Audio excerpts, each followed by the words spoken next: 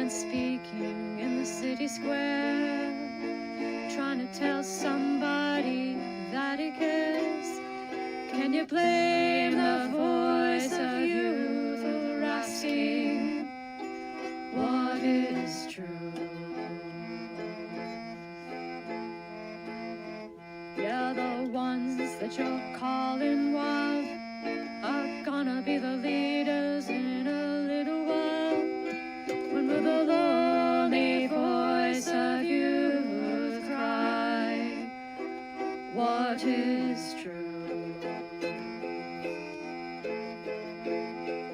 This our world's waking to a newborn babe, and I solemnly swear it'll be their way. You better help that voice of youth find what is true. And the lonely voice of youth cries, what is true?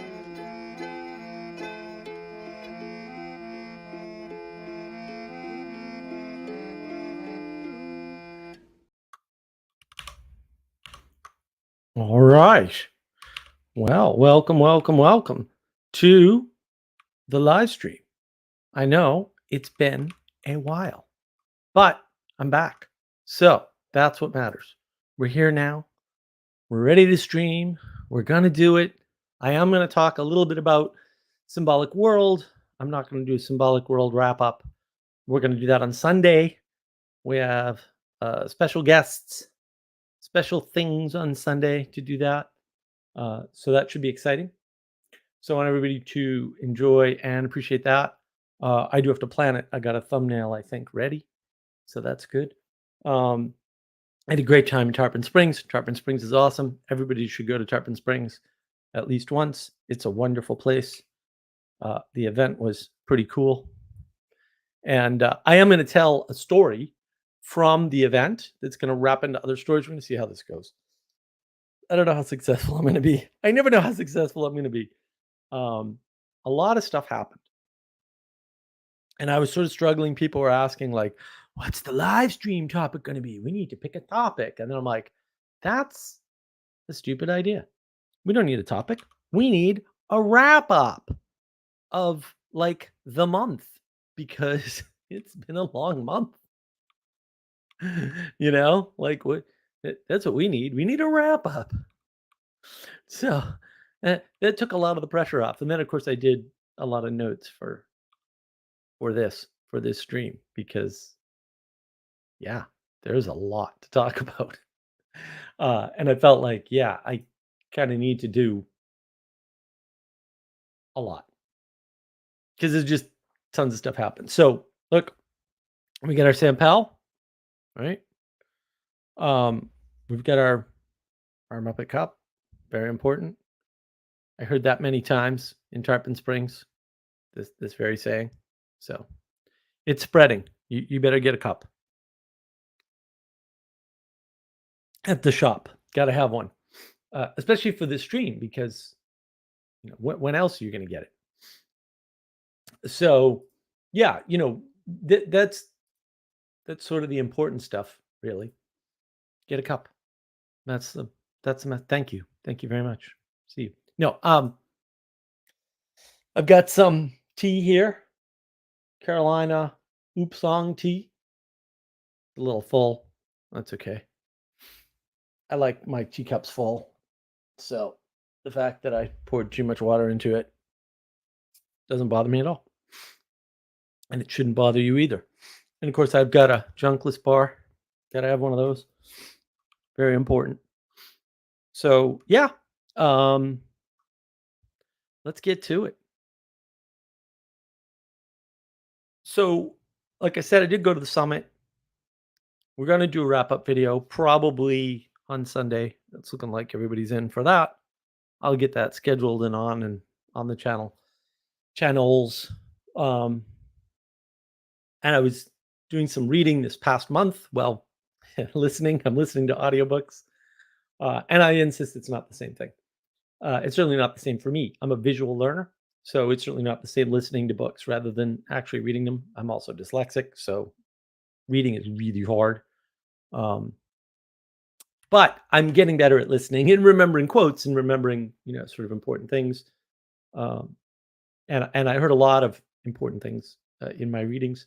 And sort of Dr. Jim got me onto this reading thing while you're driving. I was like, oh yeah, you can listen to audiobooks while you drive, and some of them are free. It sounds right up my alley.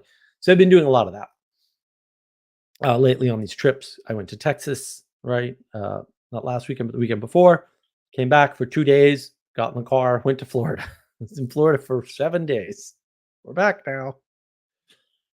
So yeah, it's been a long couple of weeks for sure. And so one of the interesting things I've just been finding out a lot of stuff lately, a lot of really interesting stuff, right? Um, Suicide is not illegal in the US anymore. And I was like, wait, what? And it turns out uh, suicide stopped being enforced in the states, in the individual states, because it's individual state laws in the US, in the 1960s. Boy, lots of bad stuff happened in the 1960s. It's like the decade of destruction of the US. And, the beginning of the meaning crisis in the US, right? We sort of lost intimacy in the 60s, partly by redefining love.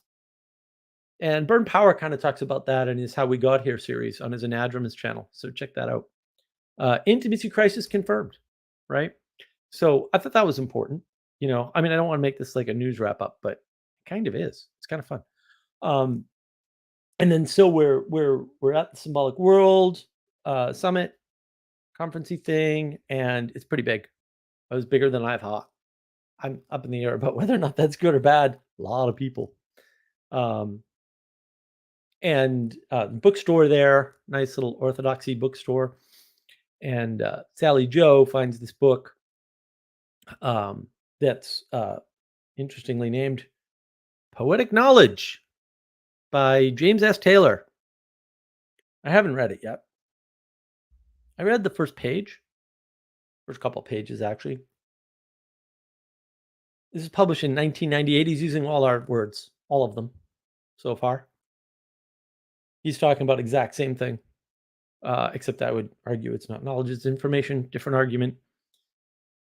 Feeling extremely vindicated. Also, the reason why that was there is because he became a monk.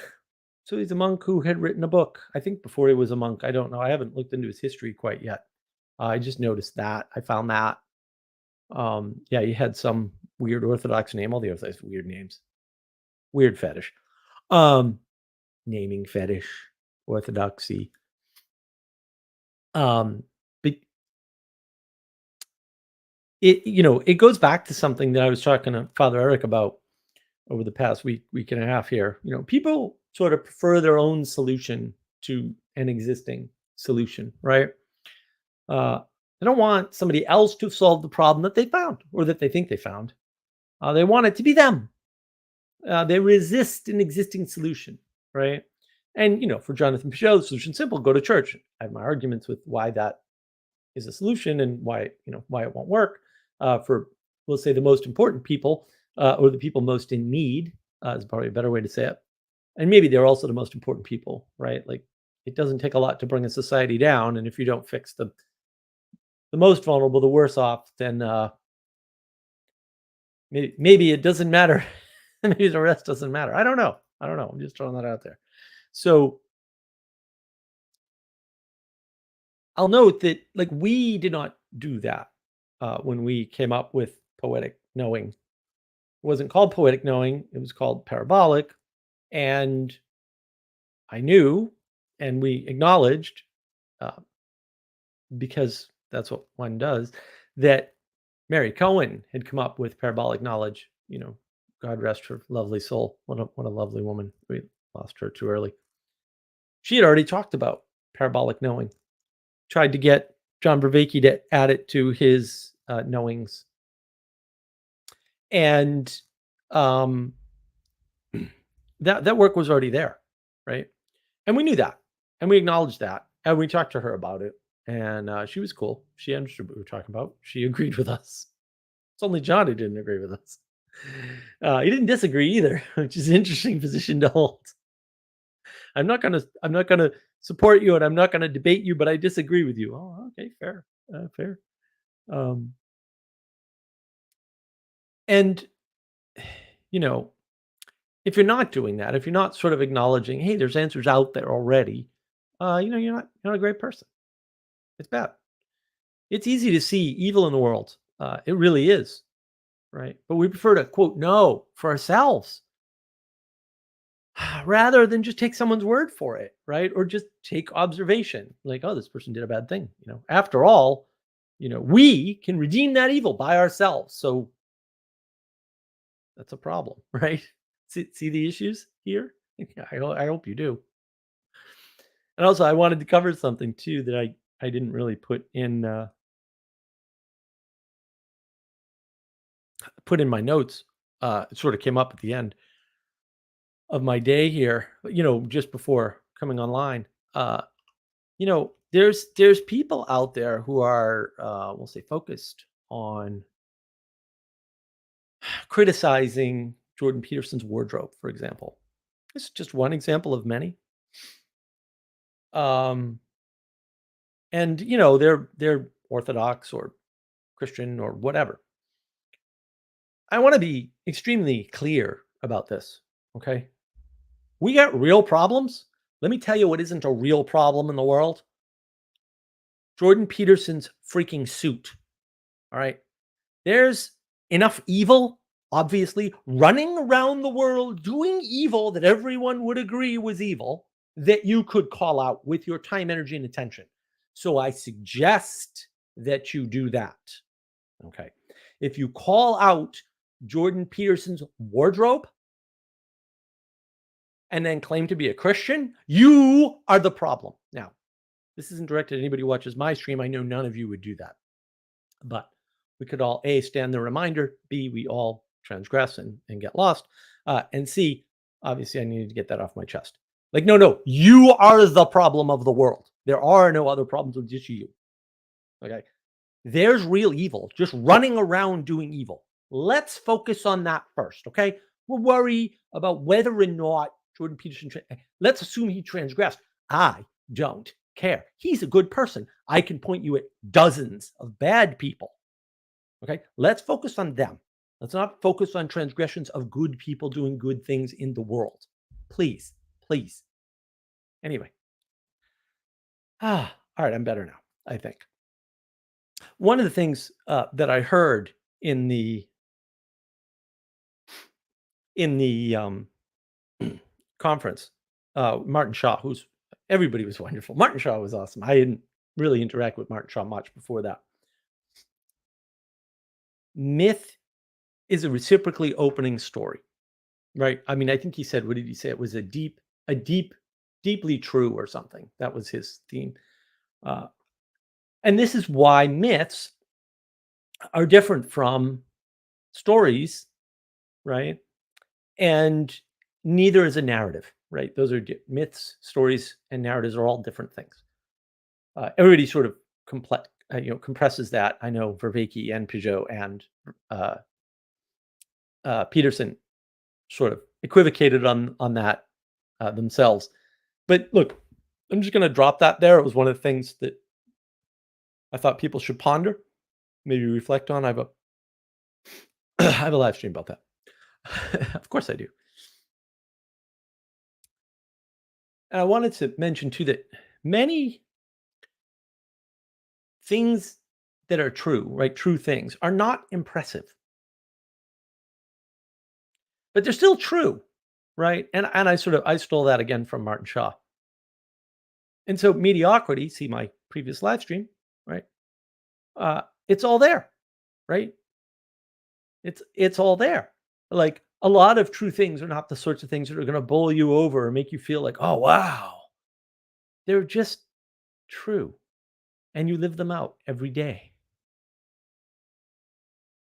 And maybe you don't enjoy and appreciate them the way you need to, right? The way, say, an Epicurean would. I know our modern view of Epicureanism is retarded and wrong, but the Epicureans had a point about savoring the plain beans or the plain rice that you eat. Yeah, that was their thing, not gourmet food. They were all about contrast. of being stoic about these things, right? So it's all about mediocrity, right? Many true things are not impressive, but they're still true. A lot of people want truth to like save the world or solve a problem, or that ain't gonna happen. I'm sorry, it's just not gonna happen. And one of the sort of themes that I've been chasing down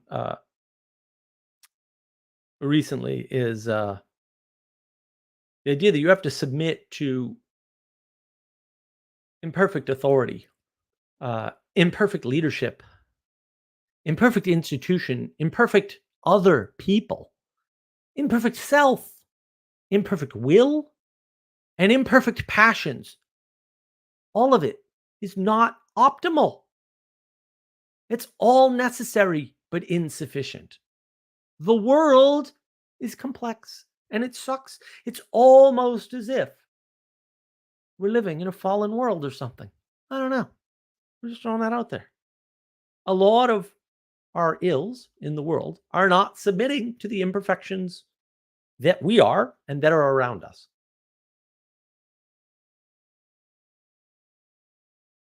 A lot of evils come from equality doctrine. Equality doctrine makes it a flat world, a horizontal world, right? Things oppose and compete rather than moving up in mutual sacrifice for mutual benefit towards the good. Can't move up, right? We see the church as competing for resources that could be used for hospitals. That's foolishness, right? Hospitals came from churches. Rather than having a church run a hospital, which makes reliably better hospitals, by the way, because we don't know anymore that you can pay caring people, but you cannot pay people to care. This deep asymmetry is a hint that we don't live in a flat world, that there is a default position of down, right? Entropy states in physics clearly things are going to get worse if you don't put energy in to keep them together. Again, see my mediocrity live stream. Wonderful live stream. Wonderful.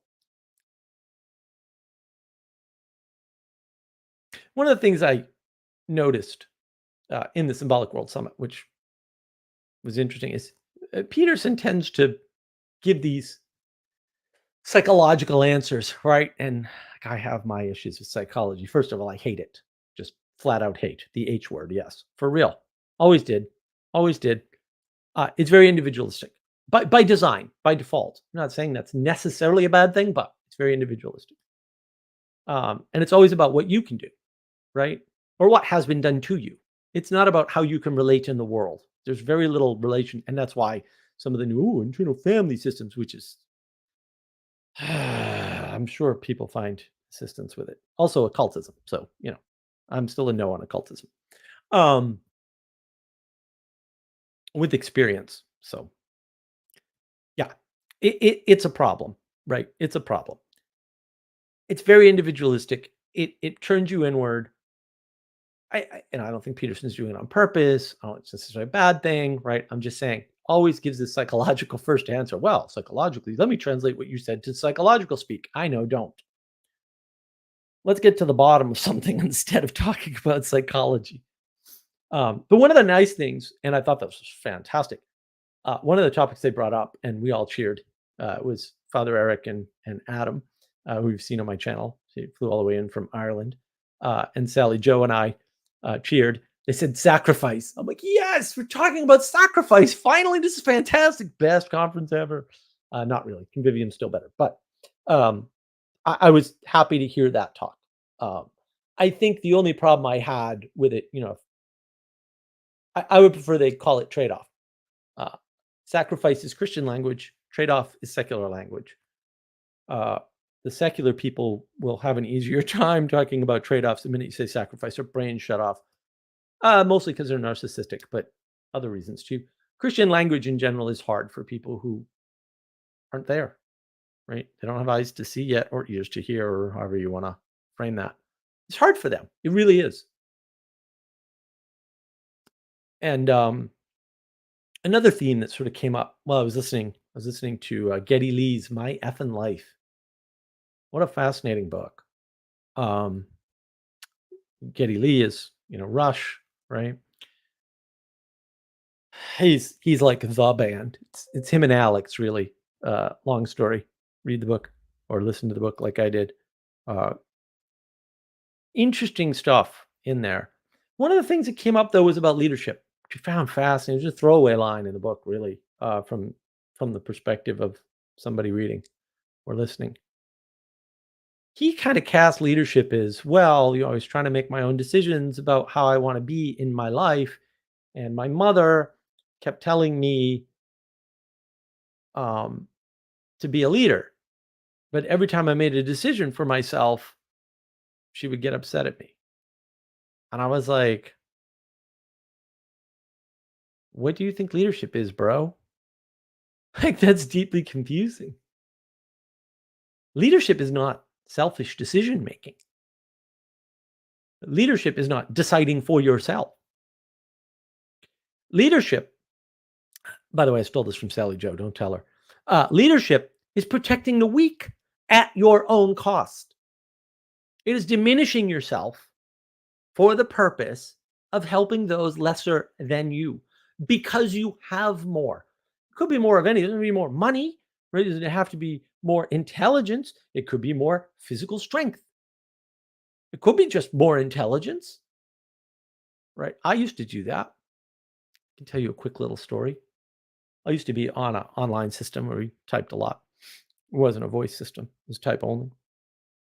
And it was a Boston channel. I was ostensibly from Boston, kind of.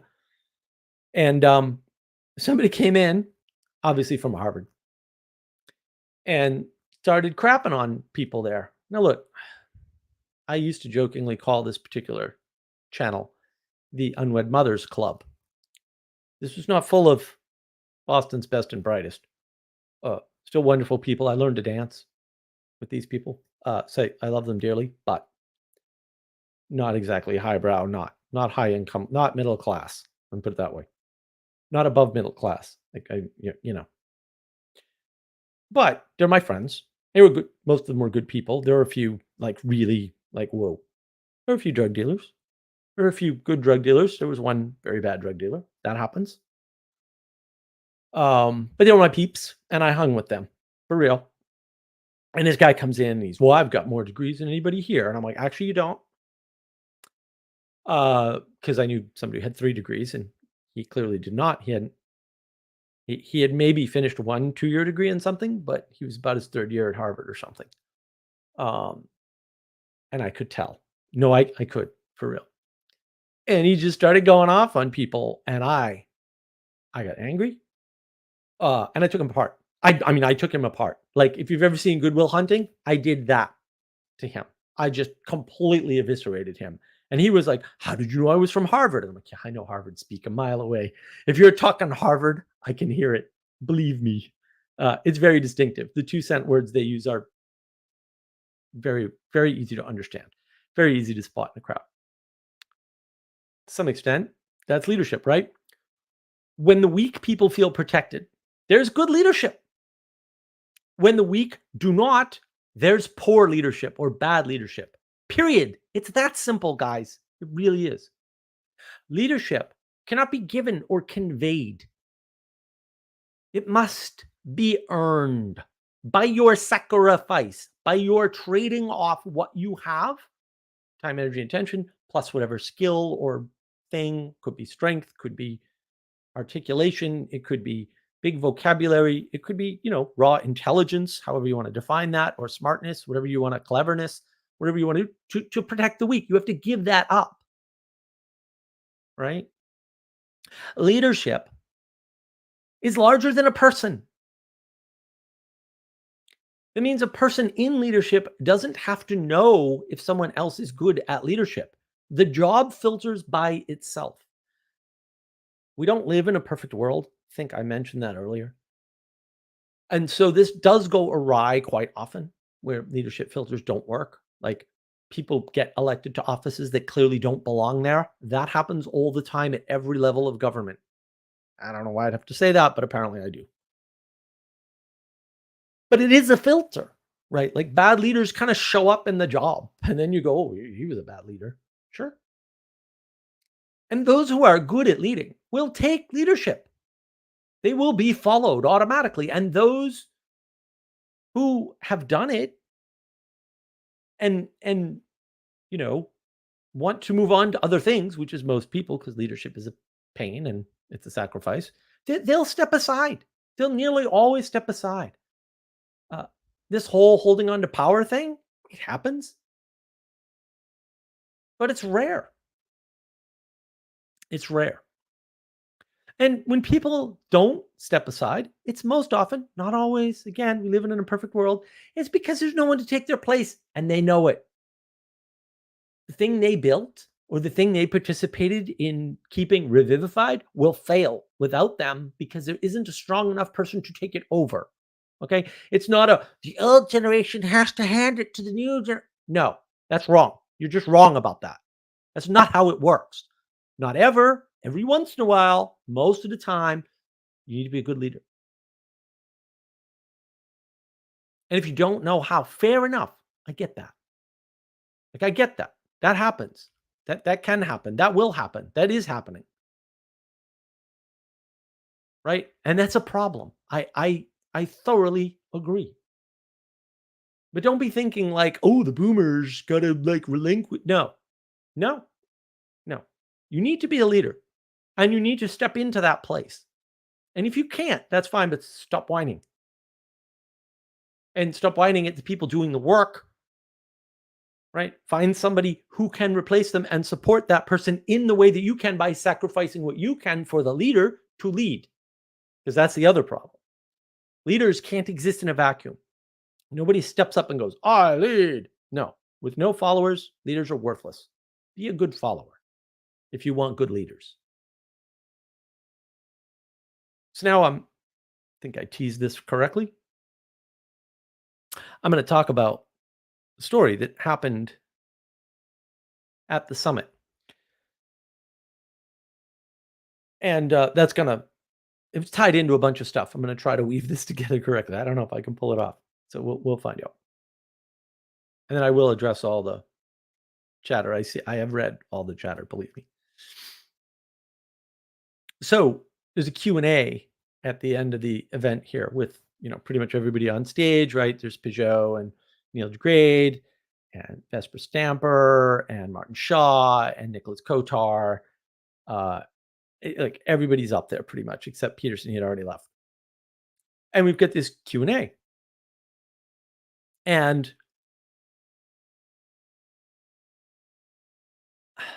there's all these patterns that arise as a result of these events. They're all united, yet they're separate experiences that aren't connected in any way other than, we'll say, through this thread of meaning. We'll call it the thread of meaning.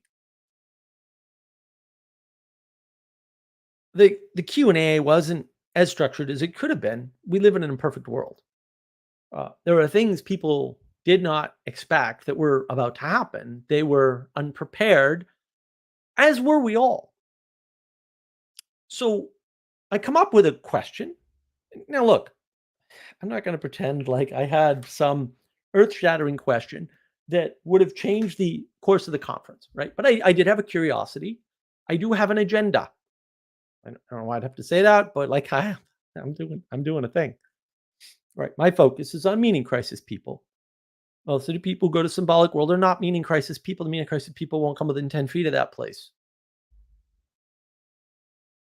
For reasons. I think I understand what they are. I could be totally wrong, by the way. And I'd love to have debates about it with people who might be interested in understanding this better. But if you don't want it, that's fine too. Like I'm not, whatever. As I had this question, I've formulated it as a concise question. At first, I didn't want to make it a concise question. I wanted to make it a treaty on a bunch of stuff, right? With a bunch of framing. And I said, no, you can do this. You can do this pretty concisely and make it a nice, tight question. So I did that. Now, I'm on my way up to ask this question. And I get past, and I don't walk slowly. I get passed by a person wearing a skirt. Now, we can object if you'd like to my framing. I'm going to tell you why. Ostensibly a male wearing, quote, a kilt. Okay. You're not Scottish. Okay. And it's not a ritual event. Okay. You're wearing a skirt, dude. Period. End of statement. Full stop. Sorry. Just the way the world is. Don't shoot the messenger. Okay. And he's running. Like, what are you doing? Why are you running? What's going on? So he doesn't want to be a man. Whatever. It is what it is. So soapbox over.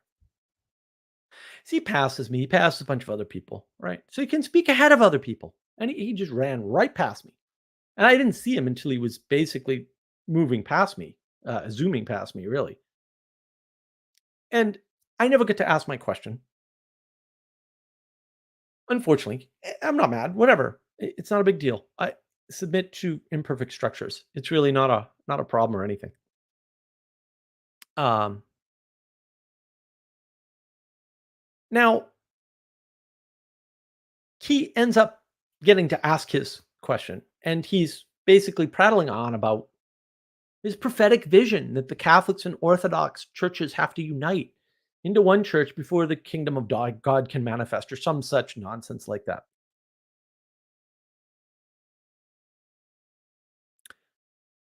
You know, it was a very long, solipsistic exploration of his own vision of the churches as brothers. And it could have been a simple question, but no, it was wrapped up in his own self aggrandizement. It was all about him. I bet he didn't notice. Jonathan Joe stepped up, gave a wonderful answer. Richard Rowland, of course, did an even better job. Go be saints. Yes, that is always the answer. At least try to, right? That's the answer to anything. Go be a saint. Stop looking for other people to do these things. You do them. And yeah, you can't be president or, be in Congress or whatever you think is going to move the world. But you can move the world where you live. One of the things that Martin Shaw said that I found very interesting that I thought was excellent was be famous for 5 miles. There you go. Do that. You can handle that, maybe. I mean, I bet you can't, but you could aspire to that, and maybe you could do it. You ain't going to be president. Sorry, not happen. So let me tell you two stories from that. Right, I'll start with the sort of the worst story first. I'm using that language sort of deliberately, right? So, having been passed by a script person, um, questions are going pretty well, right? They're going quickly, but then they sort of slow down a bit, right? We're running out of time. I'm three people back. John Hers, who is the MC, right, says, "Guys, I got to cut you off," and he's looking at me, right? I'm the cutoff guy, and I shrug, and I'm like, "Okay, no problem." And then he looks at me and he says, "Sorry, man, I'll make it up to you." And I'm like, "No, no worries. It's not a big deal." And then he notices a woman behind me. I don't know how far behind me she was, right? And he looks upset and he says, oh, I'm sorry, you got cut off in that other Q&A." And I was like, "What? What's going on?" I am not aware of this. I wasn't in that session. I haven't seen. In fact, I hadn't seen the woman at all. She was behind me. I didn't even know. I knew there was a woman there because he said so, but I hadn't looked at her. Um, so he felt bad. So I said immediately, I said, "Kick one of the guys out of line and let her go." Why? Why would I do that? I'm already out, by the way. I'm already out. I don't care. I'm already out. But no one was taking leadership. And look, I'm not critiquing the summit. It went great. Okay. But no one was taking leadership. Okay. And second, according to John Hers, like I don't know John Hers. This is the first time I've heard him speak. By the way, he's awesome. Totally in love with the guy. I think he's great. Should be at every event just because he's fantastic. Um, he thought there was a transgression that needed fixing, right? And third, I knew Skirt Person, was going to be a problem. This was before he asked his question. I knew he was going to be a problem. He was already a problem. He was running up to the thing. So what ended up happening was she had an accent, she soft voice, very quiet. Someone got out of line, or maybe John kicked somebody out. I don't know. I left. I was like, all right, go do this thing. I'm out of here. I'm going to go sit down. Right. So I don't know if Nate Heil was actually standing in front of me. I don't know if Nate sat down or John kicked him out of line or whatever. I don't know what happened. Script person goes up, a mess, complete catastrophe. She comes up, they can't hear her, so they ask her to come up on stage. Now, watch the video if you can.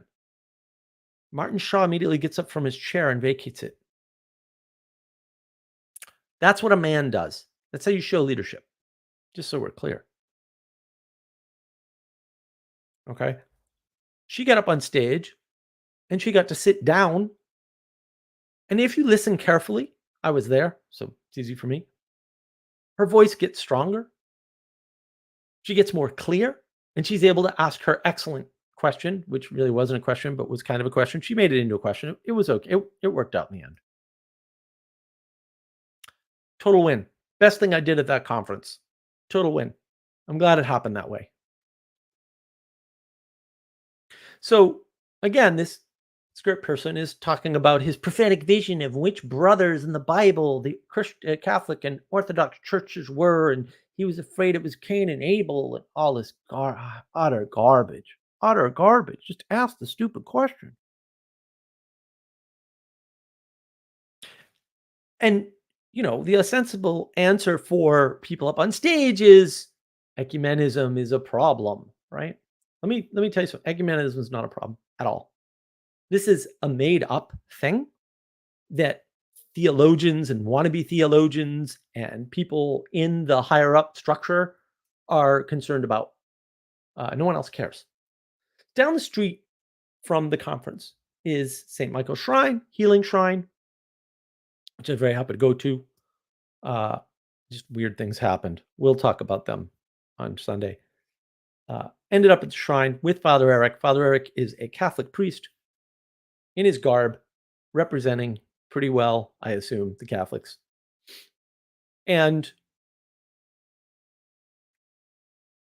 the woman who runs the shrine, old Greek lady, awesome. I love old Greek. I'm part Greek, so the Greeks are my people anyway. Invites all the men up. The women are not allowed behind the thing and whatever, right? And Father Eric says, I'm a Catholic priest. And she doesn't speak a word of English, not clearly anyway. And she basically managed to communicate to him, all brothers in Christ. So he got up and accepted the offer and went in with us, which was lovely. Also, by the way, best shrine ever. You can tell this easily. Swords on the wall. Yes, this is excellent. Love swords. This is how we roll. Christians are for lions. Grab your swords. Grab your swords. Flip over those tables. Come on. Then submit to authority. All of the authorities, by the way. That's how the story goes, in case you missed it. I'm sure you did, because you're not acting that way. Ecumenism is alive and well at the bottom. This nonsense about churches and liturgies, I don't know, guys. I don't know. I got questions for where your loyalties lie. So to kind of tie all this together, so you can see this one event with lack of leadership, this idea of ecumenism, and people worrying about what are we, not me, we. The we never includes the person saying we, by the way. I've noticed that. Never. Unless it's credit. If it's credit, it's we did it, right? But if it's something that has to get done, we need to do this. They're not going to do any work. I guarantee you that. Just saying. What do we need to do for ecumenism? Yeah, just be nice to the other Christians. It's not a magic. There's no magic. Leadership is not a selfish decision, like Geddy Lee seems to think. The Geddy Lee book. There's so many pieces. I like this about Judaism, but I threw all the rest out because no reason. I just like he didn't list any of the bad parts of religion. He kept talking about it over and over again in the book, 5, 6 times maybe, over and over again. Oh well, I wanted my children to know their history, and his parents were in the camps, by the way. They met in the concentration camps. So you would think, but no, nope, nope, didn't help him at all. Uh, no lessons learned. You think go to church is gonna fix some oh, wait till you hear how he talks about his relationship with his wife too. Oh my goodness.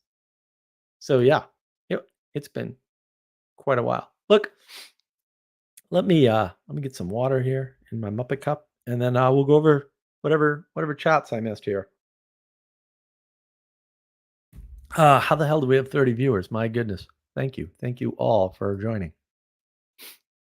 Josh, good to see you. Matthew, nice for you to be back. Could you what is this?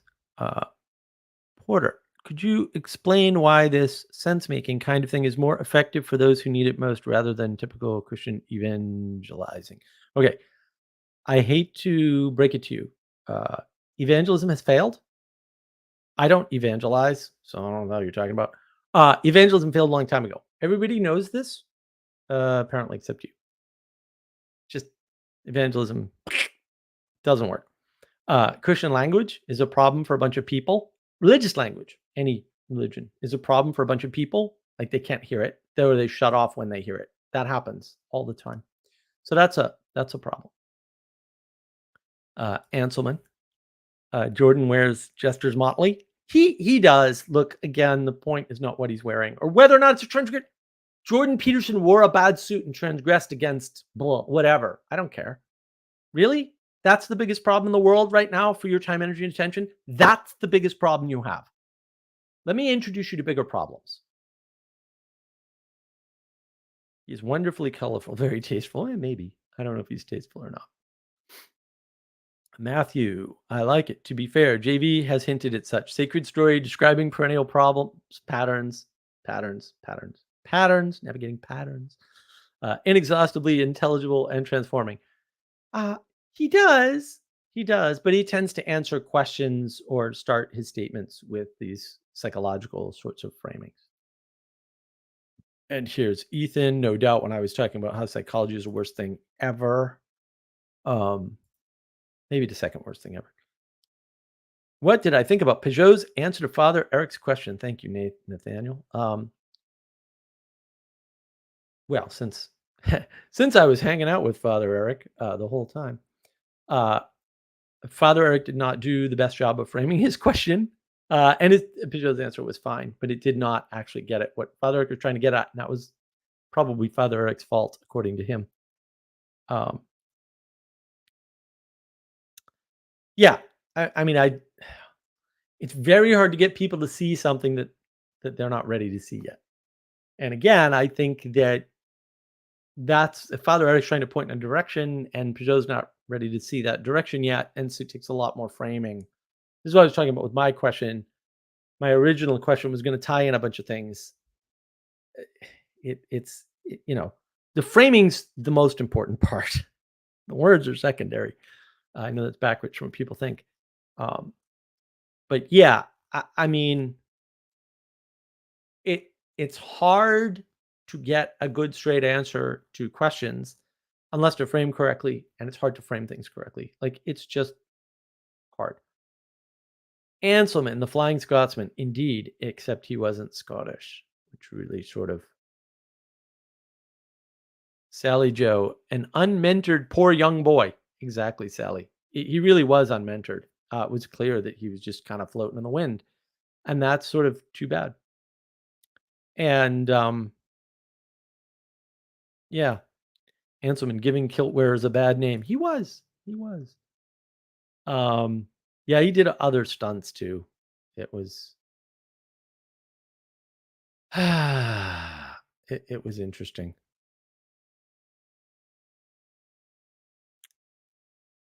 Anselman, have to go. Got earlier eyes. Okay, man.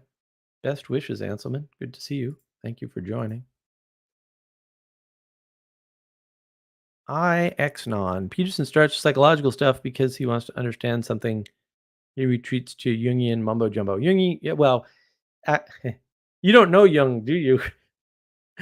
Peterson doesn't use any of Jung's mumbo jumbo. He could get into that if he wanted, but he doesn't. Actually, sticks to Jung's more reasonable work. He has strayed into mumbo jumbo territory in the past, but he usually kind of says like, "Oh, I don't understand that." But he says this, and it certainly seems to be true, right? A lot of people stray into that with Jung. A lot of what Jung says is right, just like Freud. I mean, these people are not necessarily wrong about the stuff they're talking about. That's for sure. And that's sort of parcel of the issue is you get sort of really wrapped up, I'll say, in Jung. My problem with Jung is the reason why I won't read him is because I don't know where he went wrong. I know he went wrong, but I don't know where. Uh, and so that makes him dangerous, right? At that point, like it's dangerous. You know, Jung was doing something. I don't understand it. So that makes it dangerous to engage with the stuff because you don't know when to cut it off. When does Jung stray into crazy talk? I don't know. But he gets a lot crazier than anything Peterson ever touches on, which I find amusing. Like it would be interesting to hear Peterson's private thoughts, we'll say, on some of Carl Jung's more out there stuff, like how the ages are actually correlated to the constellations, like that. You know, are we in the age of Aquarius? What does that mean?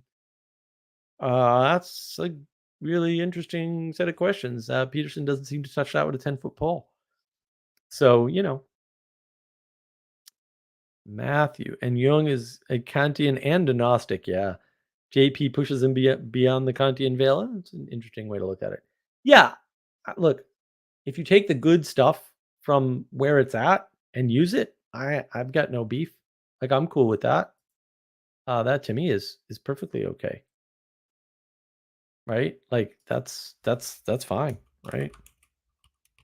So look, I think that's it. I'm all caught up.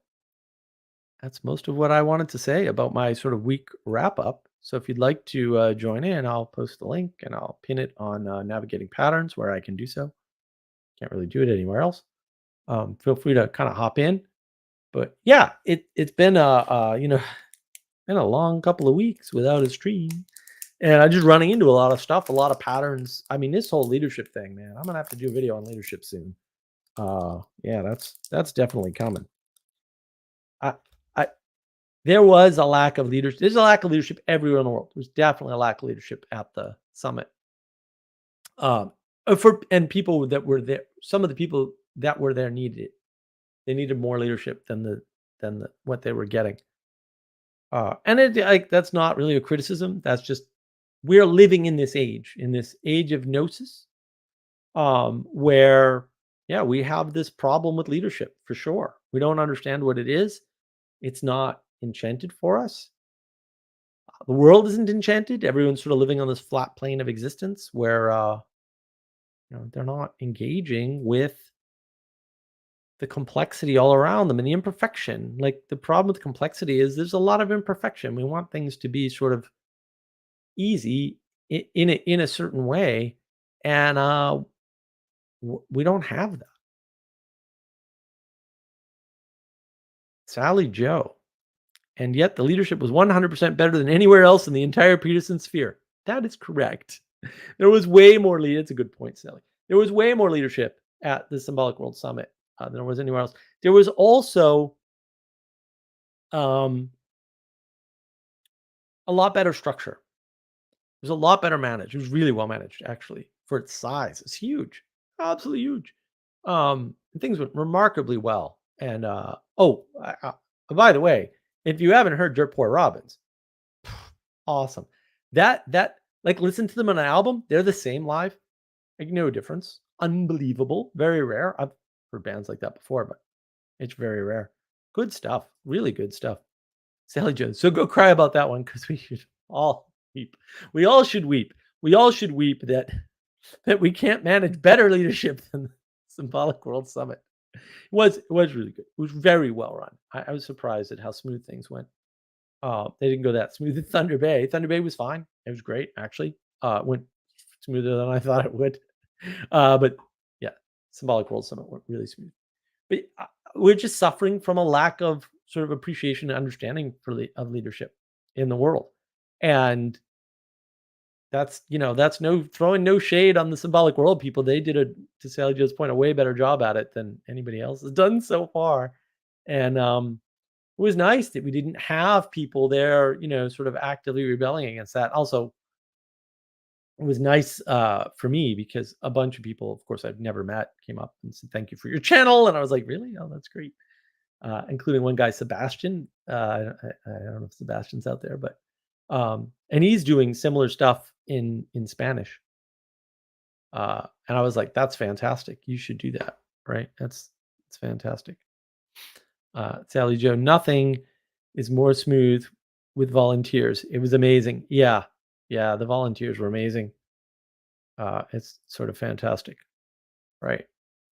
Matthew, to be fair, it's not the easiest perennial problem, that of leadership. Yeah. Well, yeah. Leadership, when here's one of the descriptions I was giving to people, like the fundamental problem that we have, the reason why we don't understand, we're using all the right words. The reason why we don't understand leadership is because somebody says the term give up. And when you live on a flat world, on a flat plane of existence, you're just giving it out. And that means somebody else gets all of it and you have none of it. Is it right? It's opponent processing all the way down at that point. Because it's an equally distributed world. I mean, if we lived in a flat world, communism would be correct. It would actually correct. We don't live in a flat world though. And to give up, right? The leader gives up a bunch of things to be able to lead. It's a sacrifice in Christian language. We're using the right terminology, but we don't understand give up because we're seeing this flat world because it's easy for us in our heads. We're told we can understand things. So we're like, oh, I can understand the world. If you want to try to understand the world, you're going to have to flatten it quite a bit, probably that much. So that's part of the issue is we don't even understand leadership because we don't understand sacrifice. We don't understand giving things up. We don't understand trade-offs. We don't understand these things correctly. We think like, oh, I give up my time and I can never get it back. No, you give up your time. And maybe what you get back is something that you couldn't have done by yourself. Because that happens. It happened to me at the Symbolic World Summit.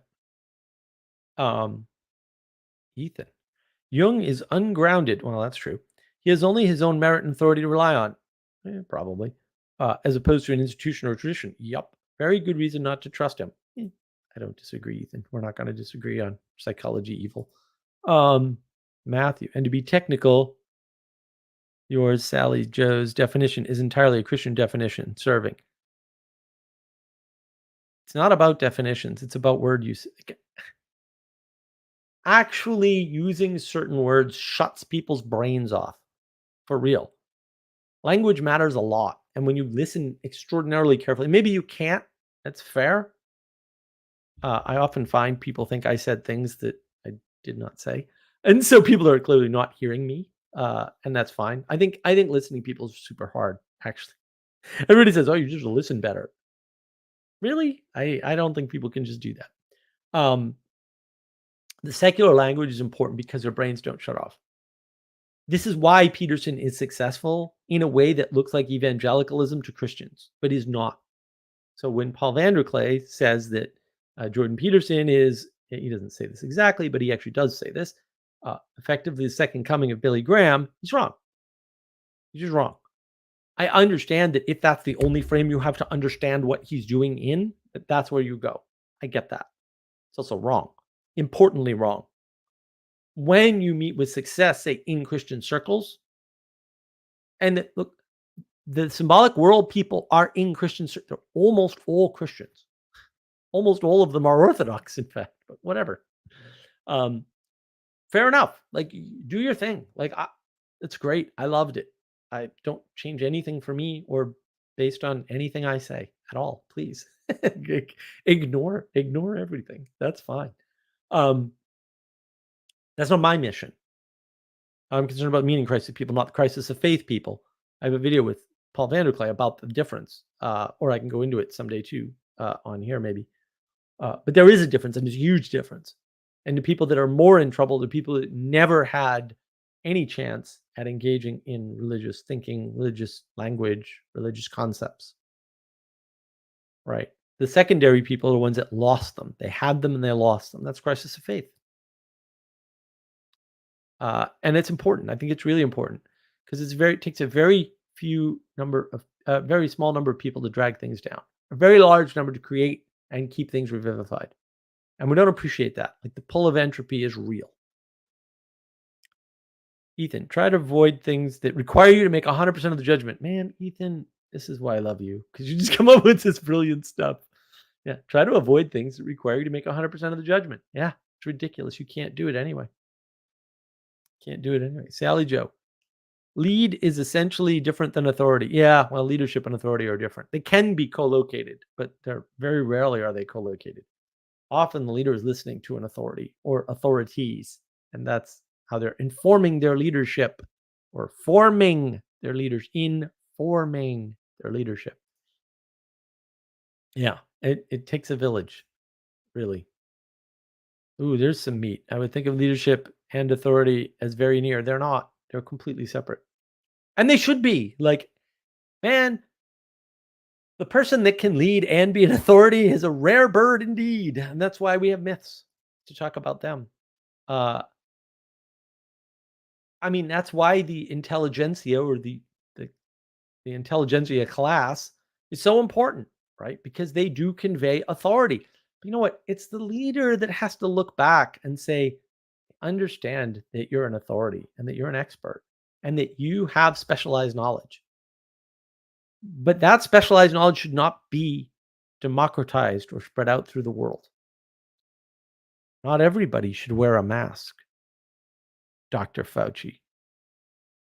Understand that you're a specialist, but you're wrong about that.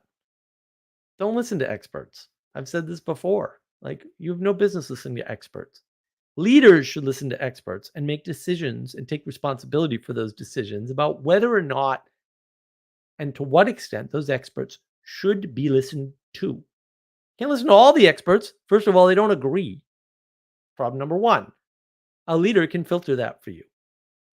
Secondly, they're often wrong, even when they agree, especially when they agree. Ironic, isn't it? Third of all, you can't do that. I'm sorry. People claim to be experts and know nothing all the time. Somebody could come up to you and go, hey, let me tell you about the intimacy crisis. I don't think they're an expert in that. Okay? People do that now. Now, by the way, it's happening. It's very hard for you, a non-expert, to tell who's an expert and who isn't. It's just hard. Maybe you shouldn't have to. Maybe you shouldn't be able to burden yourself with that. Maybe that decision should be made for you. And look, it's a sink or swim sort of situation for sure. Absolutely. It's almost like we live in a fallen world or something. The world's imperfect or who knows. But maybe you can't do that. And maybe you shouldn't have to. Many people lead without authority of any kind, and many people are in positions of authority and cannot lead because they actually cannot. Oh, that's true, Sally Joe. That is true. Why don't you say more since you're here? Welcome. Hi. Yeah, I got tired of typing. I just want to sit here and draw dragons and listen to the stream and not be on the stream. Do you want to tell the other half of my little story about Skirt Boy there? Oh, I feel like it's better in legend without me talking about it. I will put it in legend on Sunday for you. You don't have to engage. The thing about the poor ignorant youth is like, because I have to do it and I have chick brain, I don't just dissociate into that box of total win. I have to go into how sad I am that those conditions existed. Like, for him, I agree. For his mother, for society as a whole. So it's not a win. It's Yeah. Anyway, but yeah, I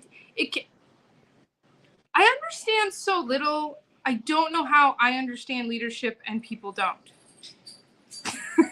No, you were in the military. I guess. You were exposed to it. It's not You're like exposed to good leadership and bad leadership and a system of leadership, and you get to see the success. I mean, the military is not, they're really good at it. They're not perfect at it by any means. No. I mean, actually, it was a lot of mediocrity. And it was the mediocre stuff that was actually the best.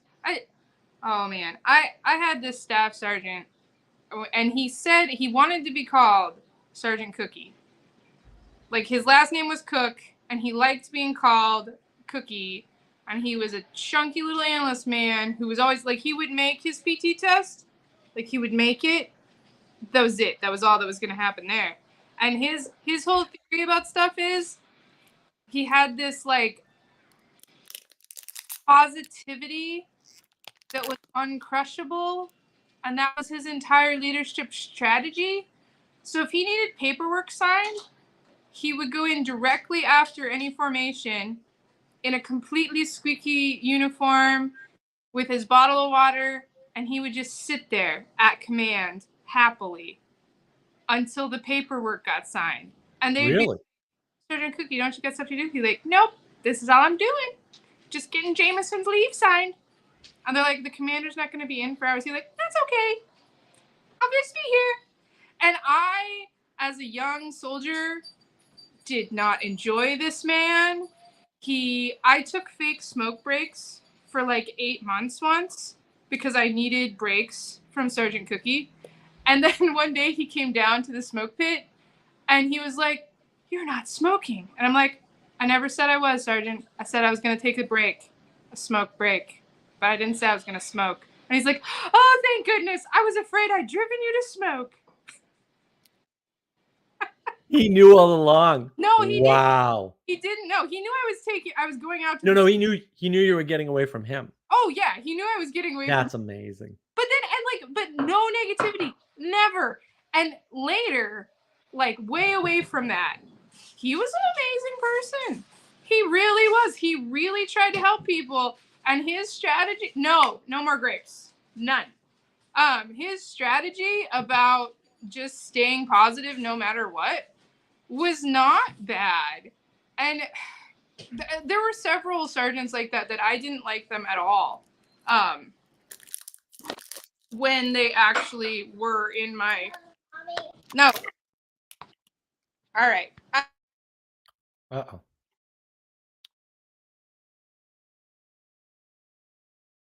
We'll move Sally away. There we go. There you have it, folks. You might see a good leader and not like them. That happens. That could happen. But people are very confused about leadership in the world. It's really sad. I don't know why. I think it has to do with flat world. And if you equate leader with power or something stupid and you have the postmodern top-down power from above narrative in your head, yeah, you're not gonna understand. Matthew, well put. And optimally wield the authority's input. Yeah. Look, somebody has to filter the authority and find out, are they an authority? If they're an authority, are they right about this? If they're right about this, what needs to be done? Because look, an expert is always going to say everybody should wear a mask.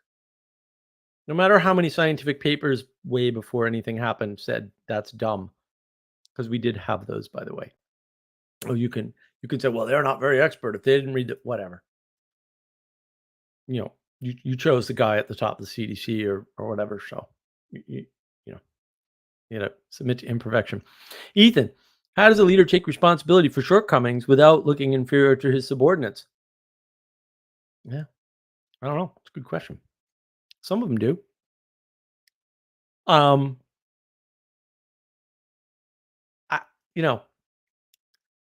think people take responsibility the same way every time, right? Which is to say, yeah, I did this. I screwed up. And it is what it is. And hopefully, part of taking responsibility is repenting when you make a mistake. You know? Mea culpa is a good start, though, you know? And if you can't even do that, then there's a problem. And it doesn't just apply for leaders and leadership. It applies for everything. Like if you can't say, "Hey, I screwed up," and move on, you're not learning. Everybody talks about, "Oh, I'm a lifelong learner," and then every time they make a mistake, they're like, "I didn't make a mistake. The stupid thing did the stupid." You're not a lifelong learner. You're an asshole. That's just sorry. Just yeah, lifelong learner is one of those key phrases that I'm like, "Oh, this person's a narcissistic jerk." First thing I think. I try not to act on it, right? Because I might be wrong. Because sometimes people make mistakes or they use words because they're fashionable or they use them correctly when everyone else is using them wrong. But oh yeah, oh yeah, you'd be shocked, utterly shocked if I could explain to you all the things that trigger me and put me on edge. And that it's not a big deal. Because I don't treat people differently just because I have a presumption. You have to have presumptions about people. You can't walk through life with your guard down.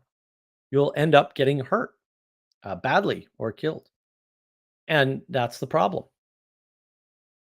So, Matthew, laugh my ass off. My first grade teacher taught me that notion. I wrote a poem about lifelong learning.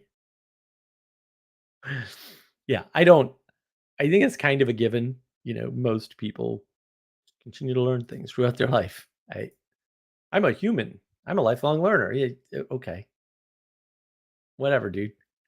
Why are you virtue signaling to me? That's my question.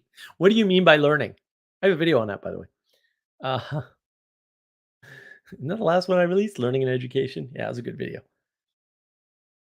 So yeah, I mean, this flat world stuff it destroys our conception of leadership. It destroys our conception of everything. Really, destroys our conception of the value of poetry, concepts that will say this is one of the problems, right? Concepts that are easy for Christians to understand are impossible for non-Christians to understand. Technically, that's the issue. They're just impossible notions. I don't know what else to say. They're impossible notions. What does that mean? It means that they don't have the cognitive capacity because they don't have the framing to understand certain things. I saw an interesting billboard. We'll say it wasn't aimed in the right direction, but I like the billboard anyway. On the way back from Florida back to South Carolina, and it said, "God created." It's like interesting. Of course, it's done by this group that is, anti-evolution or whatever, which is quite unnecessary. But I like the I like the starting axiom. There was a creation. Deal with that first, then we'll move on to these quote philosophical questions that aren't solved by quote philosophy or psychology. By the way, and again, that's sort of the deep problem, right? We have these issues that aren't being resolved. They're not being resolved by these systems. And ancient Greek philosophy wouldn't have been so bold as to claim it could solve justice. I mean, the Republic is quite clear about this. See my book on Plato's Cave, by the way. Not my book, my video on Plato's Cave. The Lie of Plato's Cave. I'm gonna do probably 2 more videos on the Republic. I gotta do a little more. I gotta do more research again, of course, but I'm gonna do book 8, the middle of book 8, just the part about democracy and tyranny, because I don't know why no one's mentioning this to you, but Plato went over this. Look around. Plato already talked about everything you see around you right now. It's all in there. It's in the Republic. Nobody talks about it. I don't know why. No idea. I'm going to talk about it. That's going to be my. It's going to be my one of my new videos. We'll see how quickly I can get out videos. I'm still barely recovered from Symbolic World Summit. Was overwhelming. So many people there. Wonderful people. I love them all, but not enough time with that many people. But it was such a good event. Not a flat world there. Very rich. That was the other thing. Like you're just soaking in people talking about symbolism and depth, and you can get overwhelmed real quick in that sort of environment. And sometimes you end up in a situation where Their brain is just not working anymore. Like I did. Luckily, I got to go to the beach. So sitting on the beach for too long and getting burned. That's the thing. Didn't expect to do that, but these things happen. Not a bad thing necessarily. The healing shrine did not help with the burns, but that's okay. To be fair, I wasn't burnt when I went there, so yeah, it's weird how all these threads that we've been talking about for 4 or 5 years now, as a result of John Vervaeke's meditation series. So, again, thanks, John. Are sort of coming together, and people are hitting this stuff, and they're hitting it hard. They're just running into the wall of meaning crisis, if you want to think of it that way.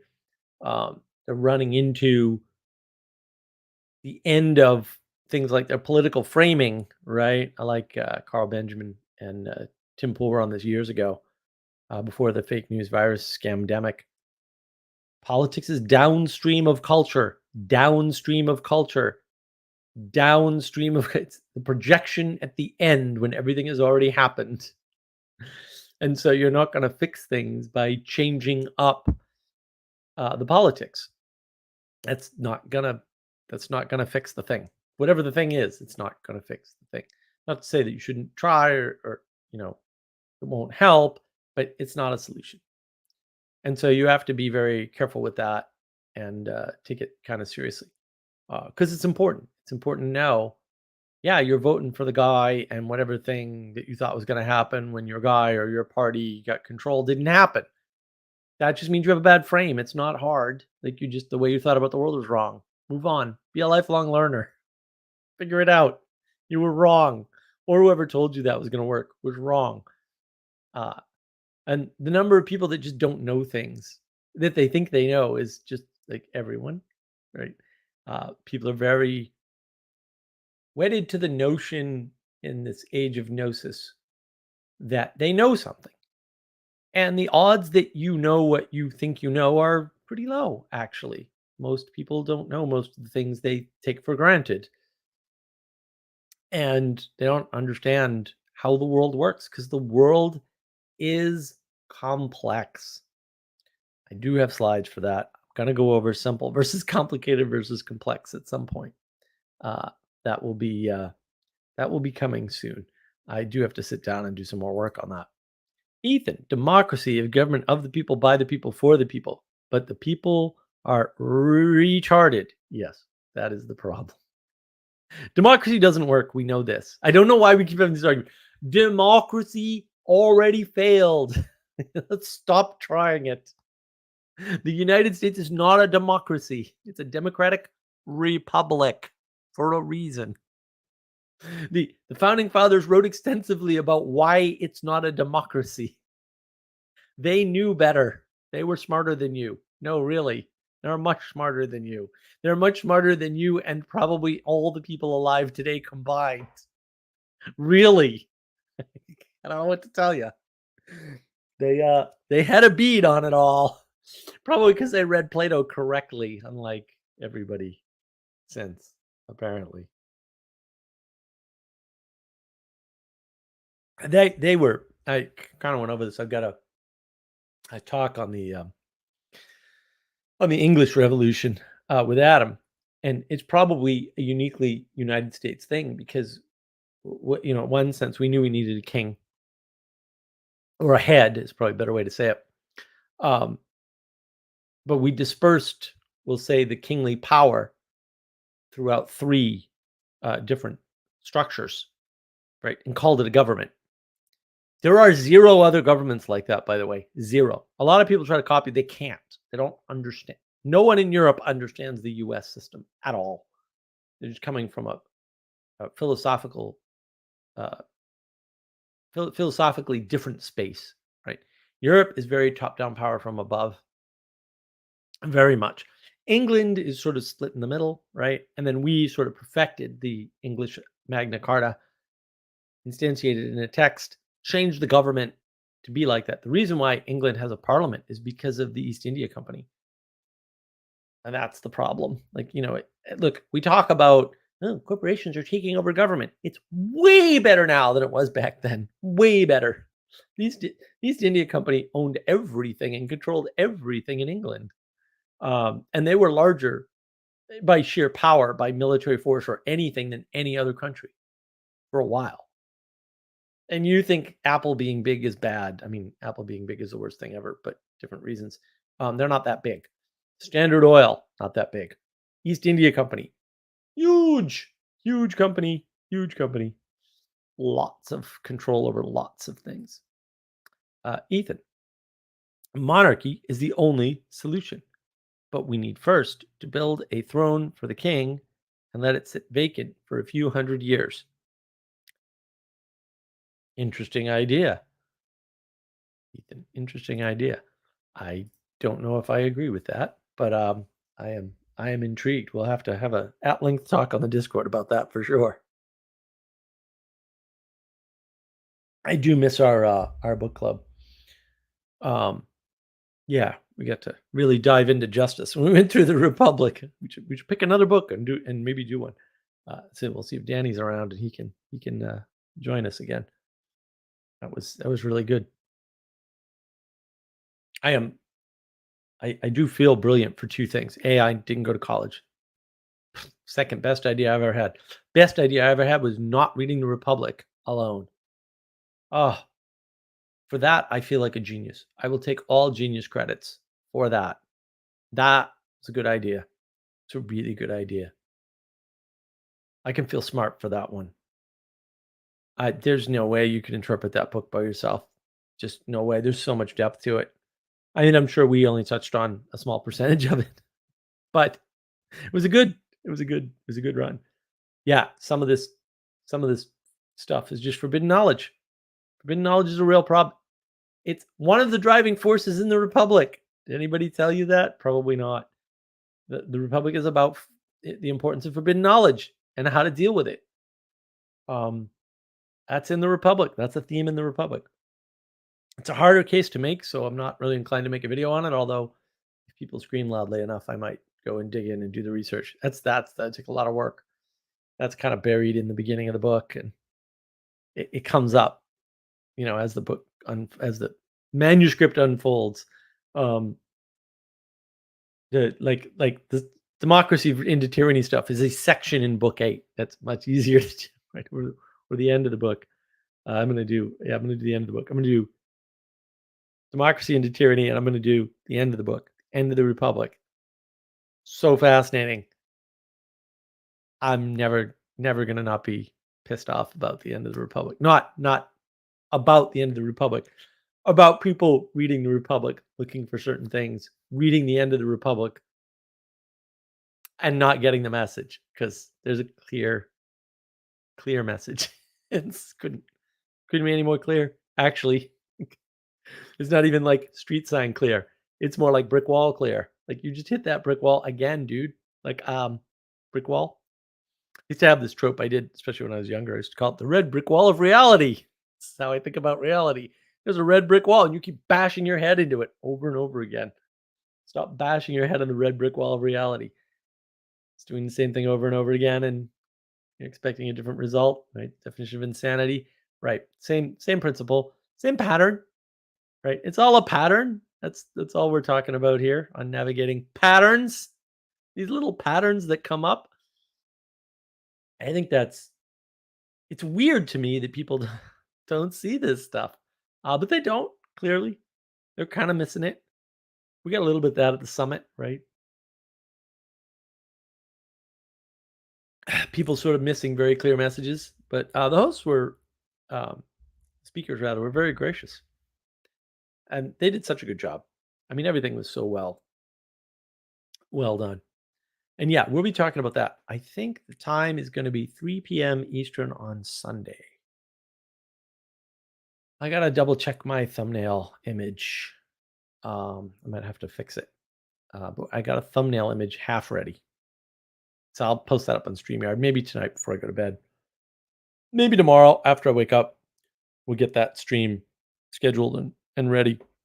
And you can hear 3 people who attended, maybe 4, talk about the summit and what we thought and different perspectives. Some of us took the universal history path, which obviously was the best path because I took it. Some of us took the artist path because artists. Um, Obviously, universal history is better. You get this big 6 foot something Texan, right? Giving it, or you could take the artist path with this little pipsqueak French Canadian. I don't know. It seemed like an easy decision to me. I love Jonathan Bishop, actually. He's great. He did disappoint me at Thunder Bay, right? First question I asked him was, are the French Canadians going to take over the world and fix everything? And he was like, no. I was like, no, don't crush my dreams. My people are supposed to be the chosen. They're supposed to save the world. And he just completely flattened it all. I'm like, no, I want my people to rise and save the universe. But he just said, nah, they're too scattered and confused. I was like, no. So yeah, I mean, that's it. That's how I make my decisions in life. 6 foot Texan, pipsqueak French Canadian. Not hard. Not hard. Go with strength. Strength. So yeah, it was interesting. I had to shake Richard Rowland's hand, which is excellent. I got to reach out to him on Twitter. Of course, I can't because he doesn't let just anybody talk to him for some reason. So yeah, if you know Richard Rowland, tell him to open up his DMs to me, please. He wanted me to DM him, and then I was like, I can't DM him. Why? No. I was very disappointed. I cried. I'll get over it though. Ixnon, they're too French. I don't know about that. I think they're too rebellious. They're definitely not French. The French have destroyed the world, unfortunately. That's why my ancestors left. It's the only logical, rational, reasonable, spiritual explanation. Why would you leave a place like France, which gorgeous weather, to go to be in an unlivable place like Canada and hunt beavers in the woods? Why? With no women. Why would you do that?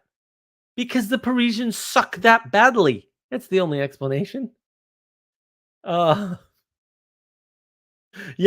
So, on the other hand, you're also rebelling.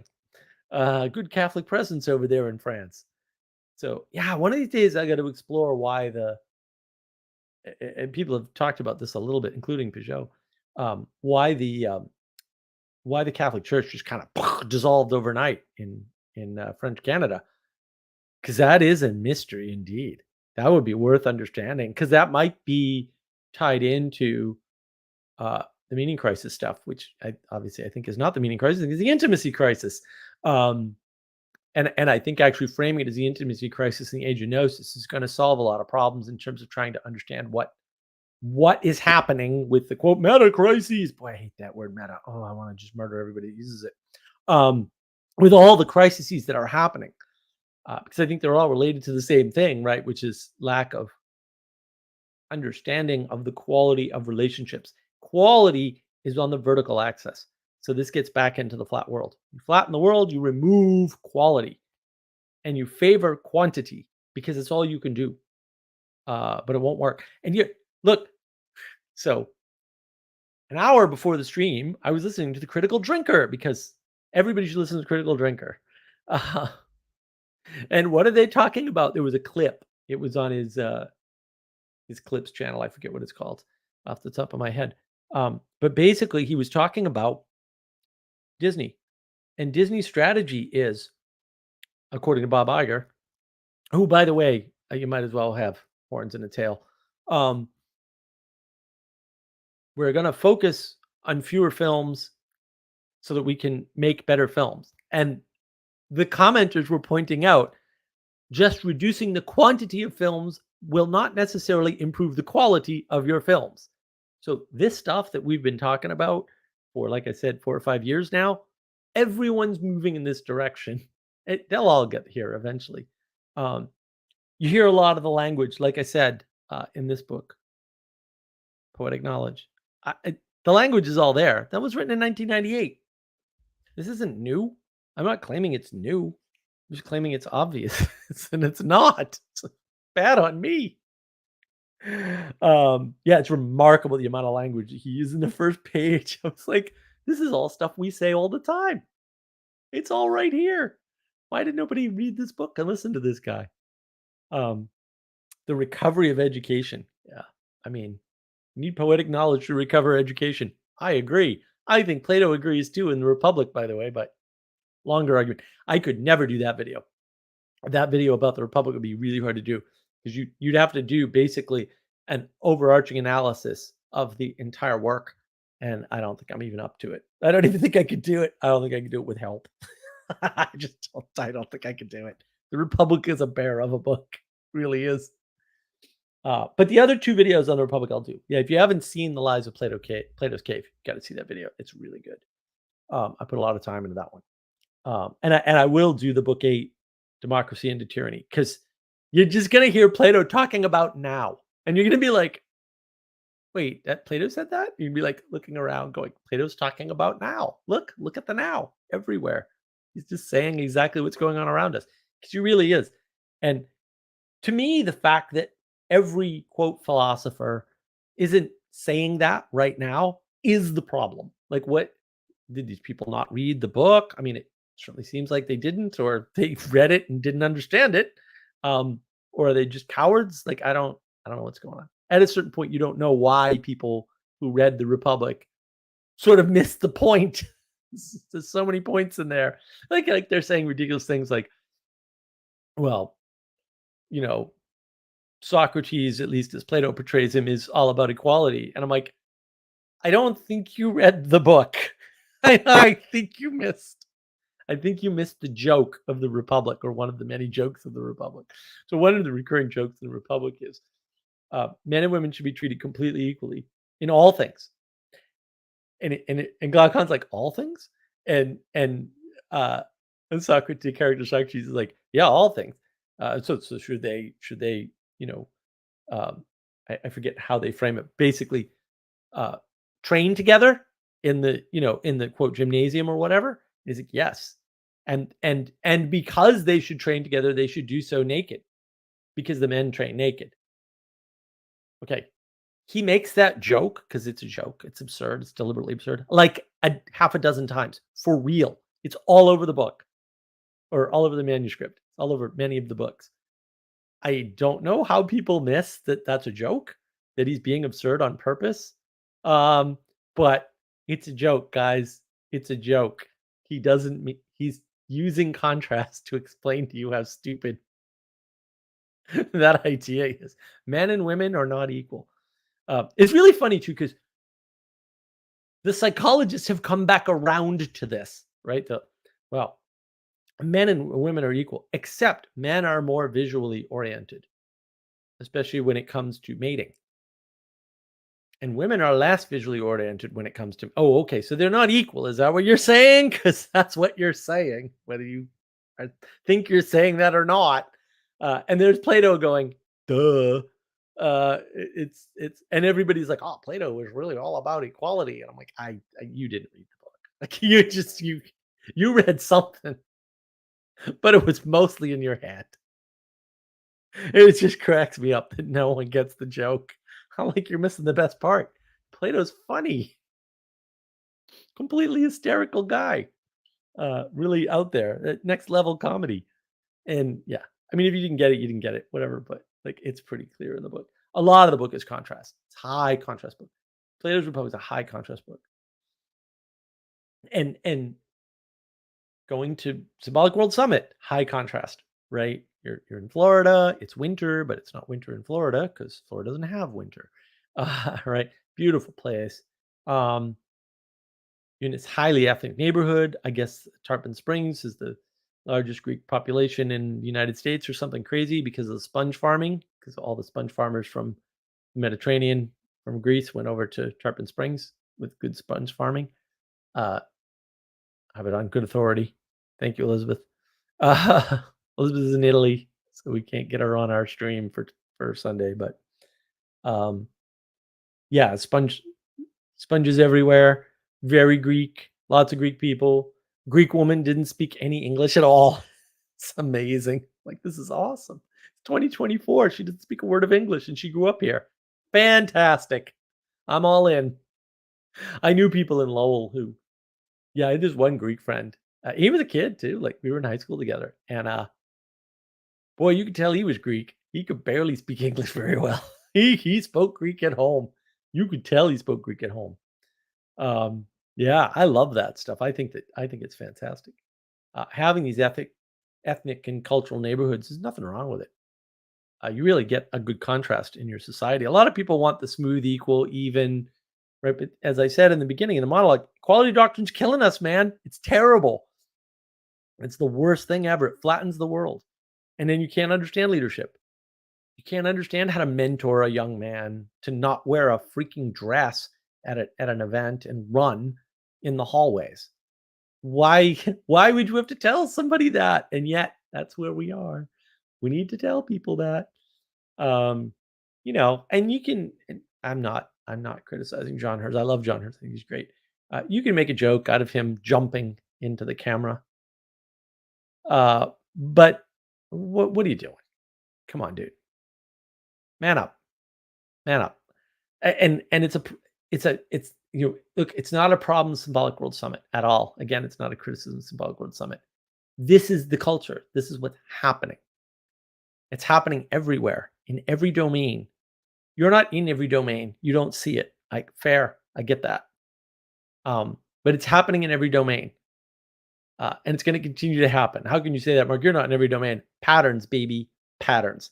If you study enough history, you'll see the patterns. You'll see how these things weave together. You'll see that this is a pattern that's happened before. And it's a pattern that will happen again. It's a pattern that's happening right now. And we have to learn to navigate that pattern because we can't change it necessarily.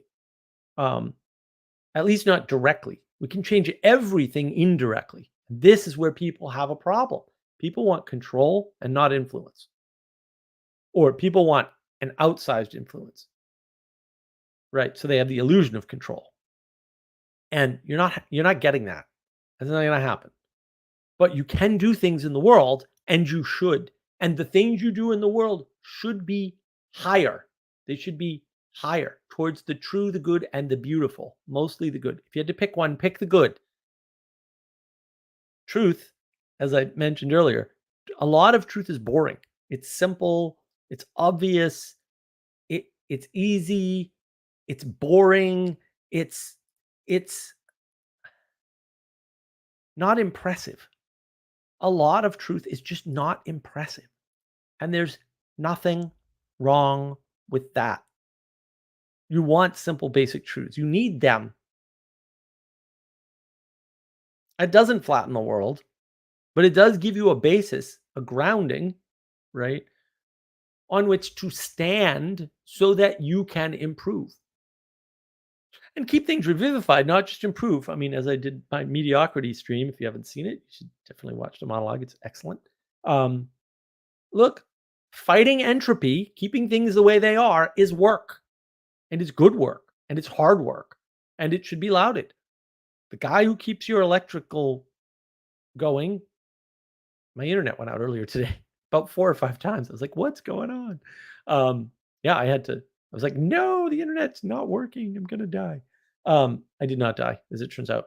I just don't need the internet. But yeah, I mean, the people that keep that infrastructure running, if you knew, and I'm not claiming that I know, but I have a better understanding than most. One of my best friends used to run an ISP, internet service provider, back in the day.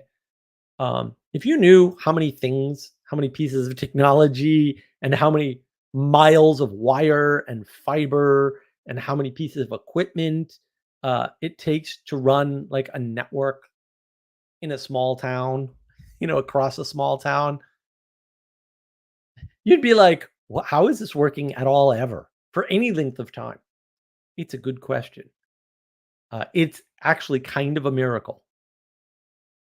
There's a lot of complexity going on there. Ethan has a question. Ethan, why do people keep confusing Plato as a Gnostic? Well, Ethan, I think I can answer that. I think that what you're seeing right now is a bunch of people who are using Plato right? In some fashion. We may know some of them. Oh, this tea is awesome. It's smoky. To justify their project. So they're saying, oh, Plato said this, and therefore, like I went over one earlier, right? This equality between men and women, which Plato is obviously against, clearly, for obvious reasons. And that project that they're doing is Gnostic. And so they go, oh, you're using Plato to justify your Gnostic project. Most often, by the way, that project seems to maybe not start out, but always end with, let's start our own religion. It could be a pure coincidence. It's not. But yeah, it's always this justification, right? Whether they call it, quote, Neoplatonism, which does not exist, by the way. It's just a fantasy that people want to have. Or it's, oh, but in the Republic, it says, and that's usually a bad reading. The Republic, obviously, went over that a million times. I'll go over it a million more because apparently people don't know how badly they're being lied to about what Plato's Republic actually says. How many things people are leaving out. Plato dealt with children and forbidden knowledge and learning, education. That's what the cave's about. So it's easy for people who believe they're in a morally superior position, and we went over this earlier in the stream, to say, oh, that's Gnosticism because you're using Plato to do it. But I would say, and I will say in a future video, if you read the end of book 10 and you didn't like read Christianity as the next step in there, you've got like some kind of mental illness for real. There's some kind of thing wrong with your brain. Like, I'm sorry. Plato couldn't be more clear. How he does it too is sneaky. I mean, it's just great. Like, that's fantastic. So I don't know what to tell you. I mean, I can see why, people who want to be superior or think they have the upper hand will go, Plato must be a Gnostic, because all these people who are instantiating Gnosticism and Gnostic occult practices are justifying it with Plato. That's why they're confused. They're confused because people misread Plato and are misusing Plato. And then they're taking a morally superior position, which please don't do that. There's no reason. Just call out evil. It'll be fine. Maybe don't only call out evil, but certainly start by calling out evil. It'll be fine. Also, Christians are for lions, so we're going to lose a few. It's going to happen. It can happen either way. I mean, do it voluntarily. Go out with a bang.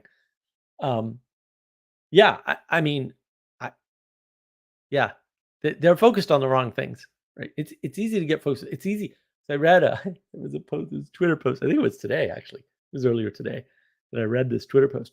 But they were basically saying, don't blame the Enlightenment for all the bad things. I'm like, yeah, certainly not the Enlightenment, blame Protestantism, because that's my new thing. And I can back that up, but I'll die on that hill. Or actually, you'll die trying to get me off that hill, for sure. When you use Enlightenment thinking, right, and you take it out of the frame it was intended to be in, which is a very religious frame, you can sit there and cry that, that Enlightenment thinkers were deists, whatever ridiculous thing you made up to call them that isn't real and won't ever exist, all day long. But at the end of the day, the Enlightenment thinkers grounded all of their, quote, philosophy, if indeed it is a philosophy, and I might have bones with calling Enlightenment a philosophy. Certainly not in the ancient Greek sense. It is not. Then it doesn't work. Yeah, the Enlightenment thinking doesn't work if you take it out of the frame.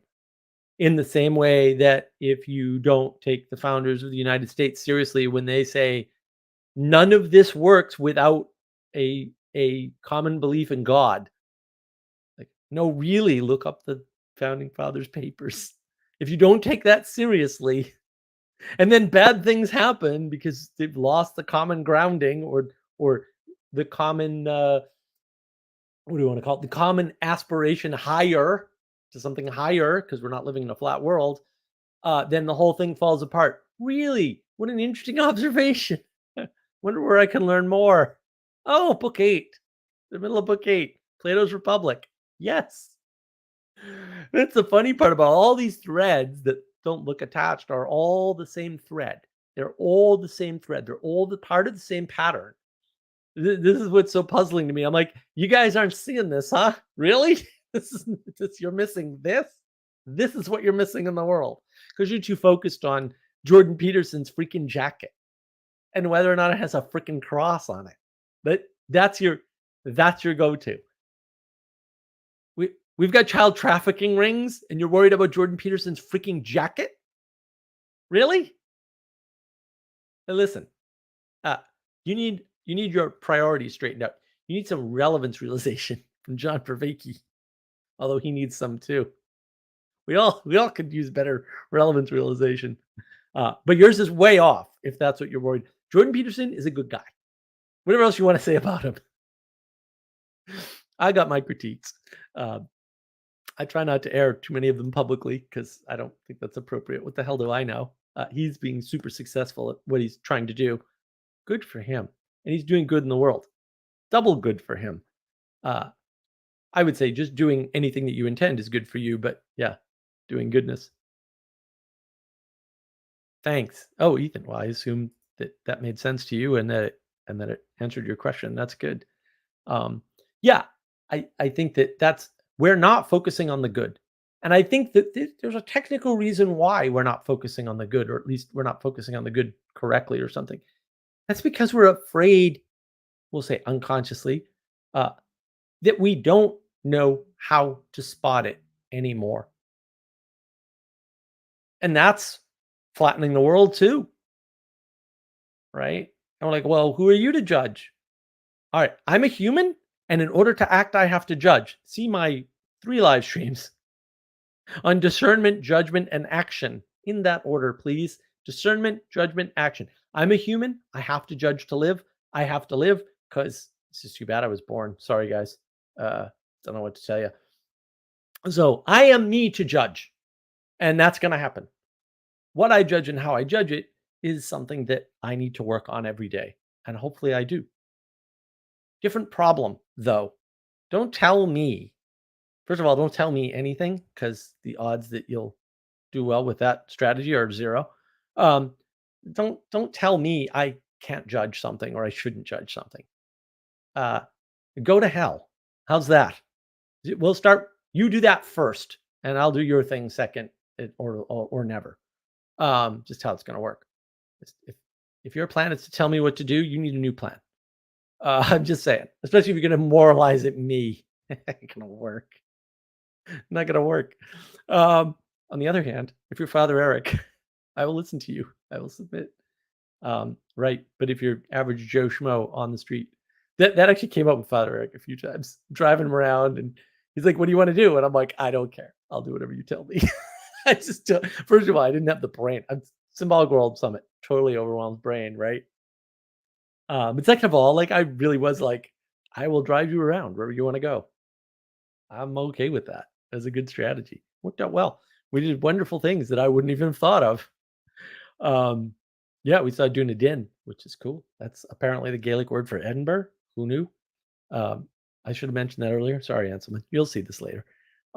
Yeah, super important. It was a fun little town, fun little coastal town in Florida. Ethan, I definitely see Plato as a sort of proto-evangelist. Well, I would say there's a way in which the end of Book 10 leads you to the open-ended conclusion, the next step of which should be completely obvious given our historical perspective. Whether it was completely obvious to Plato is irrelevant, and probably impossible to determine and unnecessary to determine because we have the answer. That's what I would say about that. Ixnon, I'll tell you things to hear your judgment on them. Oh, okay. Tell me whatever you'd like. And if I have a judgment, I'll give it. There's a lot of things I don't even have opinions on because the hell do I know? People get upset. I never understood people get upset. You have to have an opinion. You know how many times people told me I'd have to have an opinion on something? And I'm just looking at them like, bro, do you even know who you're talking to right now? Me have because you think I have? I don't. Have you met me? Telling me what I have to do is not a good strategy. Like bad plan. New plan. You need a new plan. But yeah, I mean, if I have something, I'll give you my judgment or my opinion, or maybe nothing. Whatever I can do. Or I might decline. Sometimes I decline. I've had people play that game too. You have to tell me. Oh, I do now. Is that how the world works? Let me know how that works out for you. I have to tell you something? Really? That's how you think this world's gonna work? Not with me in it. And that actually came up at the summit. Somebody said something about a situation, and I said, "Okay, but here's the problem with what they want. They're on this planet with me, so I appreciate that they want something. In particular, they want something to go a certain way, but I'm not trapped in here with you. You're trapped in here with me. I am on this planet too, and you have to contend with that. I suggest you do it through cooperation and not opposition. But hey, if opposition it must be, bring it. I don't think it's a good plan for you. Even if you win, you lose because you're weak. Like the act of fighting weakens you. This is the thing that nobody accounts for with fighting. This is why strong words, I'm going to beat you up, I'm going to punch you in the nose, actually works, right? Because it signals to somebody what they're willing to do, right? And then what you can do is you can say, "Oh, you're going to punch me in the nose, huh?" Like Pee-wee said it to me, I'm like, "Hey, you're never going to hit me." Not because I didn't think they'd take a swing, because I'm quick and I'm hard to hit. I'm just fast. Not as fast as I was because my illness really chopped down my nervous system, but I have fast twitch nerve fiber. You can look that up. I'm just quick. I'm just physically quick. So people would try to hit me, and I'd just dodge out of the way and be like, "What the hell just happened?" I'm like, "I don't know what to tell you, kid. You're a little slow." And they try to be faster, and 'cause you can't try to be faster, there's some hard limit. And they learn their limits real quick because I could just dodge people. I think I've told the story before. There was a kid once when I was young who was throwing rocks at me, and I using the 10-point blocking system. I knew my kung fu, um, and I'm blocking the rocks, and the kid's like throwing rocks as hard as he can and as fast as he can, and I blocked every single one of them. Not even a problem. Didn't even think about it. Like, yeah, you're pretty slow.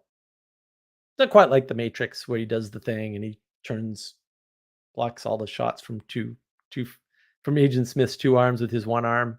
Not quite like that, but also a little bit, a little bit like that. When you're quick and you can see and you can move faster than other people because you can, because some people can. Like this is a measured scientific phenomena. The world is just a different place for you. I think I've told you this before. Like I drop things and catch them with the same hand I drop them with before they hit the ground all the time. No, when I drop things, I almost never drop anything. I almost never fall when I trip. I almost never trip. I almost never fall when I trip. I almost never drop anything. And when I drop things, I almost always catch them before they hit the ground. It's kind of amazing, actually. It's kind of cool. It's fun. I like being me. Being me is that's fun. It's fun. And you should like being you because there's all kinds of things you can do that I can't do. That's great. It's fantastic. You know what? I bet if we cooperate together, we could build a cool world. But we have to cooperate. We can't be off all having our own YouTube channels and all doing our own thing and all having our own websites and writing our own articles. No, that won't work. We got to cooperate. Then we can build up. We can build bigger. We don't want to build a Tower of Babel, so maybe lots of us should be doing this in different groups. Maybe that might work. Right? I know a lot of people talk about decentralization. Okay, let me explain something to you real quick. You do not understand decentralization at all, even a little bit, and everything you've been told about is a lie. Just saying. You know who doesn't understand decentralization? Me. You know why? Because I was there. I went through the computer revolution from centralization to decentralization. It ain't all what people say it is. It ain't all that it's cracked up to be. It ain't all that and a bag of chips. It just no. There are serious problems. Let me give you a case in point. If you have a YouTube channel, I have a YouTube channel, and you look at your metrics, what you can do very easily, like without even trying, is find 3 different numbers for your views counts on your videos. Just like that. Doesn't matter if they're recorded or live, by the way. Why is that? Because it's a distributed, decentralized system. And when you have a decentralized system, you have synchronization problems with the numbers. Now, we can go tete-a-tete on the tech. You'll lose, but whatever. It's fine. Like, I actually know how to write all that. I've written all that code. I know how to write nothing. I've done it. Okay. Hours of desyncing numbers where the numbers are way off. They're off by like 7, 8, 10 between the three systems for hours. Okay. It's not as simple like, well, yeah, on the microsecond or the second scale, because it takes time to copy data from the East Coast to the West Coast. No, that's not it. Something else is going on. I know roughly what it is. I'm not going to explain it here ever, because this is navigating patterns and not my personal YouTube channel, which sucks, but feel free to look it up. It's very hard to explain. There's so many things that go wrong in software. It's just like insane. It's completely insane. Decentralization is not going to save the world. It doesn't solve the problem. The people that say that very often put things in a political frame and think top-down power from above, and therefore the president's the problem. Sure. And then when that doesn't work out, they go, oh, it's not top-down power from above, the president isn't the problem. There must be layers above the president. No, that's not how it works at all. Not that there's nothing above the president, but it's not a political or an ultra-political substructure or superstructure above the president that's telling him what to do or usurping his power. That's not what's going on at all. And people get confused, right? They want an easy answer. Politics gives you an easy answer. Politics is about voting. It's not about anything else. Sorry. Politics is great for measuring and talking about voting, the influence of voting, the influence on voters, the behavior of voters given a certain influence or a lack thereof. That's all politics. Absolutely. Fascinating subject. Don't waste your time on this garbage. It's not false or wrong. It's not untrue. It's just boring and irrelevant. It's descriptive and not prescriptive and not predictive. And so the fact that politics exists is funny and interesting and fun and fascinating and detailed, but worthless to you. Unless you want to be in politics, and then it has some value. Don't be in politics. Ugh, barf. If elected, I will not serve. Jack Parr. Go look up Jack Parr. Funny guy. 60s, 50s, something like that. I don't know why I know that quote, but I guess it was a quote that my uncle told me at some point. Many times, of course. Why would anybody tell me anything just once when they could tell me many times? Then I'll remember it. Wouldn't that be a miracle? Oh my goodness. Look, no one wants to join me. All right. If no one's going to join me, then I'm going to wind things down. It's been 2 hours, and I can't really go 2 hours after my big trips because I've just been on the road too much. Florida's not that far, to be fair. Texas was 13 hours each way. We did 2 days out and 1 day back. Lovely wedding. Lovely wedding. Fortunately, it was East Texas, right? We're just outside, east of Dallas. Thank goodness. Nightmare traffic. East Texas, bad traffic. Don't drive there. Love Texas. Got to spend the night in Texas. Got to eat real Texas barbecue at a real Texas place in Mesquite, Texas. That was cool. Florida's awesome. Always love going to Florida. Been to Florida a few times. Not enough times. Never moving there, probably. But love Florida. If I had $1 billion, I might move to the Keys. That would be fun. I really like the Keys. Keys are fun.